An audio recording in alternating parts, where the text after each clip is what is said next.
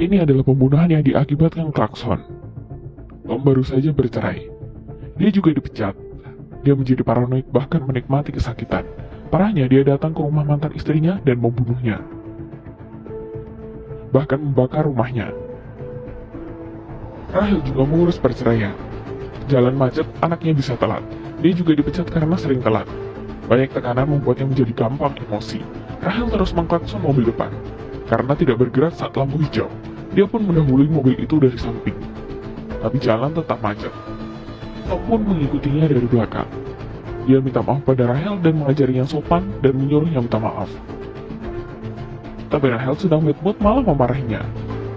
Tom terus mengikutinya. Hampir saja terjadi kecelakaan. Tom juga menghalangi jalan raya dengan mobilnya. Melihatnya dulu baru pergi. Rahel sedikit ketakutan. Setelah mengantar anaknya sekolah, Rahel mengajak ketemu pengacaranya. Dia datang ke Pertamina mengisi bensin. Tapi saat dia melihat CCTV, Tom mengikutinya sampai sini. Orang bertanya padanya kenapa, dan dia menjawab ada yang mengikutinya.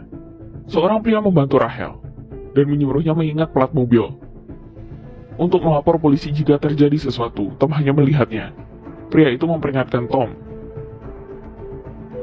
Tom yang marah langsung menabraknya.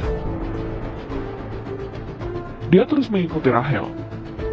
Mereka saling balapan di jalan. Rahel pun memberhentikan mobil saat macet. Tom pelan-pelan menabraknya. Dia segera menekan pedal gas saat lampu hijau. Dia tak menemukan ponselnya. Tom terus mengikutinya. Ternyata ponselnya ada pada Tom. Dia hampir saja kecelakaan dan menabrak orang jika tidak menghindar. Dia pun pergi setelah meminta maaf. Ketakutan membuatnya terus menoleh. Dia pun bersembunyi di sudut jalan. Tom menemukan pengacaranya dan mengenalkan dirinya teman Rahel. Pengacara panik karena Rahel tak bisa dihubungi. Dia pun mengabrik tasnya mencari ponsel. Tiba-tiba muncul suara getaran. Itu bukan ponselnya. Rahel berkata dia tidak mengenal Tom. Tapi Tom malah jawabnya, hari ini akan menjadi hari terburukmu. Pengacara ingin mengambil ponselnya. Tapi Tom memukul kepalanya dengan cangkir. Orang sekitaran ketakutan. Dia juga menekan pengacara ke meja. Dia berpikir pengacara yang membantu wanita bercerai bukanlah orang baik. Tom yang terjebak di dalam trauma pembunuhnya. Lalu dia berkata pada Rahel, ini hanya yang pertama. Rahel terus meminta maaf padanya. Tapi sudah terlambat, Tom pergi dengan tenang.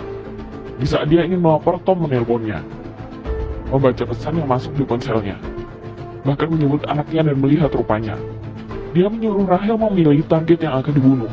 Dia memilih dirinya tapi Tom tak setuju. Lalu dia memilih atasan yang memecatnya. Dia segera melapor polisi ke rumah atasannya. Di rumah ada adik Rahel menonton berita. Polisi berkata Tom membunuh yang mengendarai truk. Dia menyuruh pacarnya menonton. Tapi saat bangun dia melihat truk itu. Tom tidak pergi ke rumah atasan. Si adik memegang pisau dan mengamati sekitar. Tom muncul dari belakang. Pacarnya sudah dihabisi olehnya. Dia bilang semua ini berkat kakakmu. Tom mendorong pacarnya ke pisau yang dipegangnya. Rahel segera ke sekolah. Dia mendapat pesan. Tom menelponnya. Ternyata dia punya GPS Rahel. Memberinya waktu 3 menit untuk membawa pulang anaknya. Jika tidak, adiknya akan mati. Si adik ditumpahin bensin. Rahel menelpon Tom memastikan keamanan adiknya. Tom menemukan mancis. Memaksa adiknya membaca pesan sindiran untuknya. Polisi pun sampai. Tapi Tom menyalakan api ke tubuh adik Rahel. Dia kabur ke jendela. Polisi segera menolongnya. Rahel yang mendengar adiknya berteriak pun muntah. Ponsel berdering lagi. Tom yang menelponnya. Rahel tidak minta maaf padanya lagi dan berkata dirinya sudah tak takut. Tapi Tom mengincar anaknya. Mereka pun memutuskan untuk pergi ke kantor polisi. Anaknya ingin menelpon sang ayah, tapi ponsel Rahel diambil Tom. Hanya karena sebuah klakson, dia membuat marah seorang psikopat. Anaknya kepikiran dengan iPad. Dia segera mencari dan iPad itu ditempel di bawah kursi.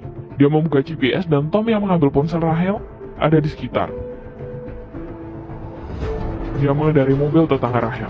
Kebetulan ada polisi. Anaknya segera pakai seatbelt. Mereka segera minta tolong pada polisi. Polisi yang belum sadar langsung ditabrak oleh Tom. Dan terjadi kecelakaan.